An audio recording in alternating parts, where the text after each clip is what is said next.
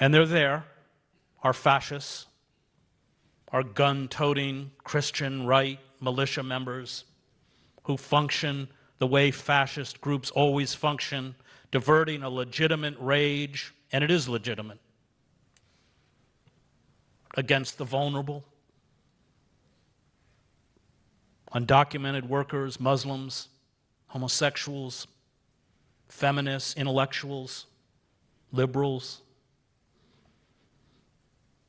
And they're strong and powerful, and we at this moment, because our movements were destroyed in the name of anti-communism, are starting almost from zero.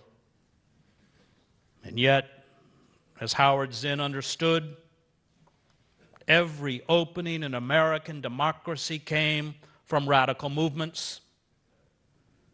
The Liberty Party that fought slavery, the suffragists, the labor movement, the civil rights movement.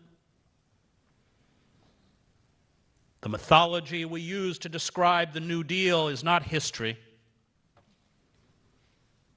because those radical movements, including the Communist Party, went to Roosevelt and said, either you put people back to work, you feed the destitute and the elderly, or you get revolution. And Roosevelt, an oligarch himself, went to the other elites and said, you better give up some of your money now or you may lose all of your money. And as Roosevelt said, he said his greatest achievement was that he saved capitalism. But it's time for capitalism to go.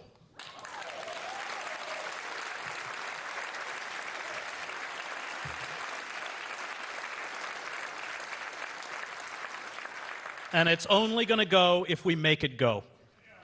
And that means that we have got to build movements that are unrepentingly antagonistic to every aspect of corporate power.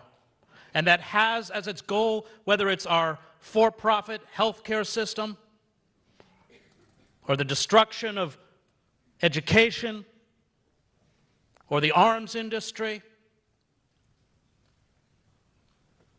or the looting and pillaging by Wall Street, every action must be directed to dismantling the structures that oppress us. And that will come only by building movements that grasp that it is not our job to take power. Power is the problem. Karl Polanyi in The Open Society and Its Enemies says, the question is not how do you get good people to rule, that's the wrong question. Polanyi said, most people attracted to power are at best mediocre or venal. The question is, how do you make the powerful frightened of you? That is the only question.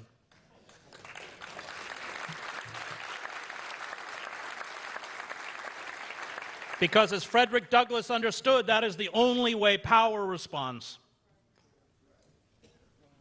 Including that ridiculous movie about Lincoln. How can you make a movie about emancipation without Frederick Douglass? Only in Hollywood.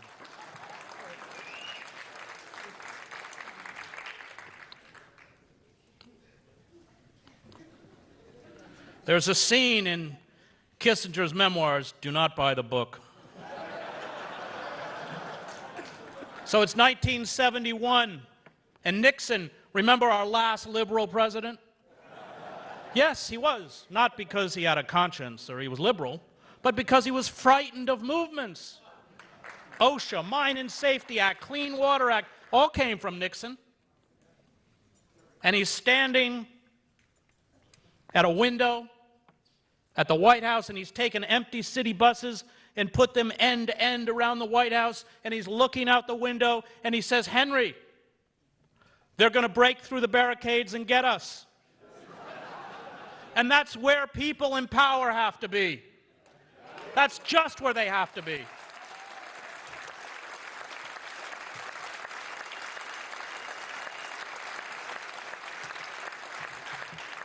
And it's our job to put them there. And if you look back at American history,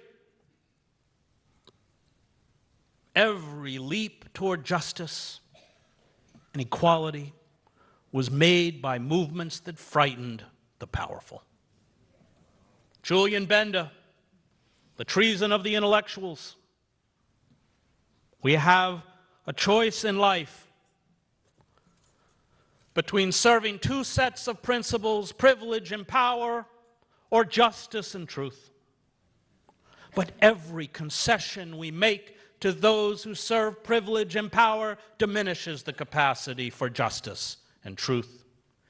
We must hold fast to the moral imperative of justice and revolt. We must stand up, because finally, revolt in an age like ours is about the capacity to affirm life itself. I do not fight fascists in the end because I will win. I fight fascists because they are fascists. Thank you very much.